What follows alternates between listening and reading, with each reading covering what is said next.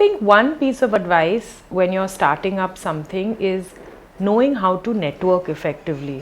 और ये networking का मतलब क्या है, right? When I was 21, I was like, oh my god, I can't go up to a stranger and be like, hello, मेरा नाम आरती है, मैं ये करती हूँ, मुझे ये इसके बारे में learn करना है. I was scared.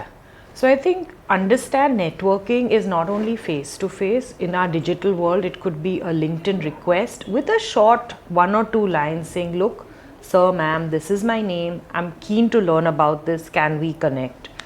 And I think that's one piece is outreach. Number 2 is always ask yourself, why am I reaching out to this person?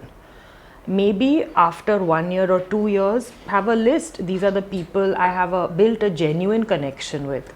And number 3, remember, networking is not just मेरे लिए क्या है. What can you also give back to that person? And you'd be surprised. You may think, hey, I'm just a college graduate. What do I know?